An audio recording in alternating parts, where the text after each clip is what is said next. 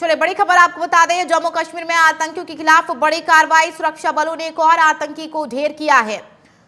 कुलगाम में आतंकी जाहिद अहमद का घर ढहाया गया है। आतंकी आसिफ आदिल ठोकेर के घर ढहाया गया है।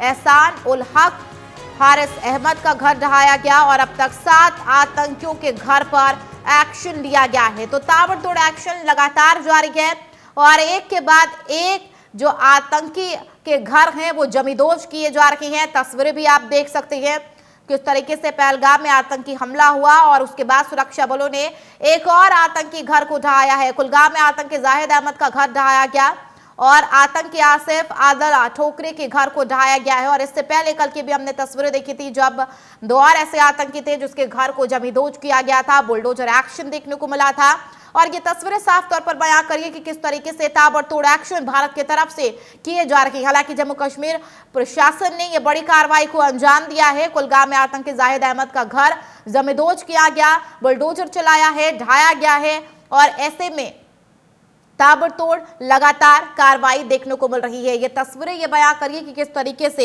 एक के बाद एक एक्शन जो है जम्मू कश्मीर पुलिस की तरफ से हो या फिर भारत सरकार की तरफ से लिया जा रहा है। और एक और ऐसा आतंकी जिसके घर को जमींदोज किया गया।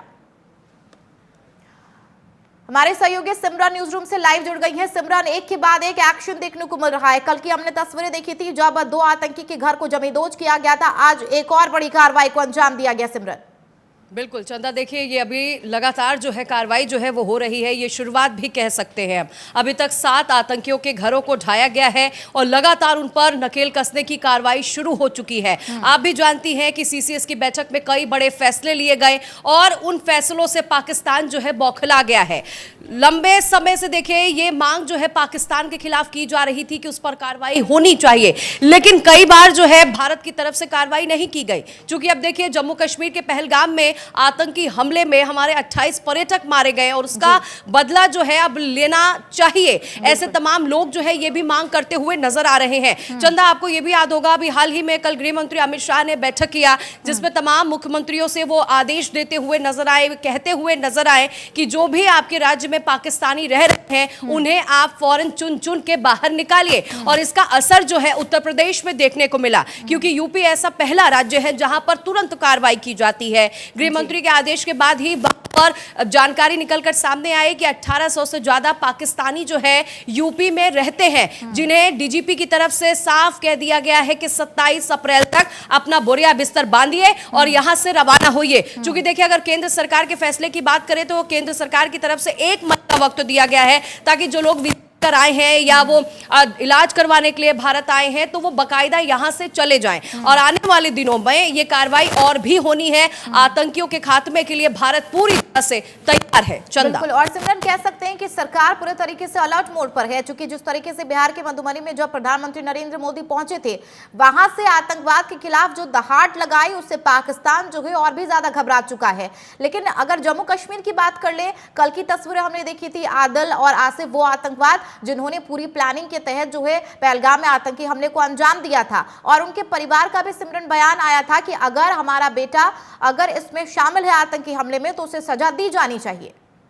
बिल्कुल, देखिए उनके परिवार का बयान जो है वो सामने आया था कि अगर बेटा इस हमले में शामिल है तो उन्हें सजा दीजिए, जो कि सजा देखिए भारत सरकार दे रही है। चंदा, आपने भी सुना होगा कल ही पाकिस्तान के रक्षा मंत्री ने ये अपने डर जो है उन्होंने बयां कर दिया। उन्होंने कहा कि ये गंदा काम जो है अमेरिका के इशारे पर हम 3 दशकों से कर रहे थे। अब समझिए उनके अंदर डर जो है वो पनप रहा है और डर इतना बढ़ रहा है कि बयान देने से भी बाज जो है वहां के रक्षा मंत्री नजर नहीं आ रहे हैं। आने वाले दिनों में कार्रवाई और होनी है। चूंकि आप जिक्र कर रही हैं प्रधानमंत्री नरेंद्र मोदी के उस बयान का जो उन्होंने बिहार में दिया, तो पीएम ने साफ कहा कि ऐसी सजा देंगे कि कल्पना भी आतंकी नहीं किए होंगे, मिट्टी में इन्हें मिला दिया जाएगा। अब पूरे एक्शन मोड में भारत नजर आ रहा है और मिट्टी में मिल रहे हैं ये आतंकी। ये कार्रवाई देखिए जो हुई है, 7 आतंकियों के घरों को ढाया गया है। ये आंकड़े अभी और बढ़ेंगे। एलओसी की देखिए अगर बात आप कर रही हैं तो एलओसी पर लगातार देखिए फायरिंग जो है वहां पाकिस्तानी सेना की तरफ से किया गया, जिससे मुंह तोड़ जवाब जो है है भारतीय सेना ने भी जमकर दिया है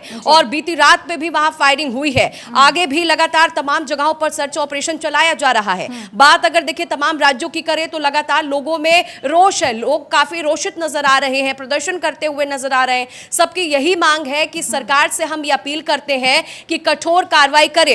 अगर देखिए विपक्ष के पार्टियों का हम जिक्र करें तो विपक्ष के तमाम नेता जो हैं इस वक्त सरकार का समर्थन करते हुए नजर आ रहे हैं। अभी हाल ही में राहुल गांधी ने भी कहा कि सरकार के साथ हम पूरी पार्टियां हैं, सरकार से हम चाहते हैं कि कठोर कार्रवाई करे। बिल्कुल, भारत का पूरा समर्थन यहां पर मिलता हुआ नजर आया। पक्ष हो या विपक्ष एक साथ मिलकर आतंकवाद के खिलाफ एक स्वर में जो है आवाज उठाते हुए नजर आ रही है।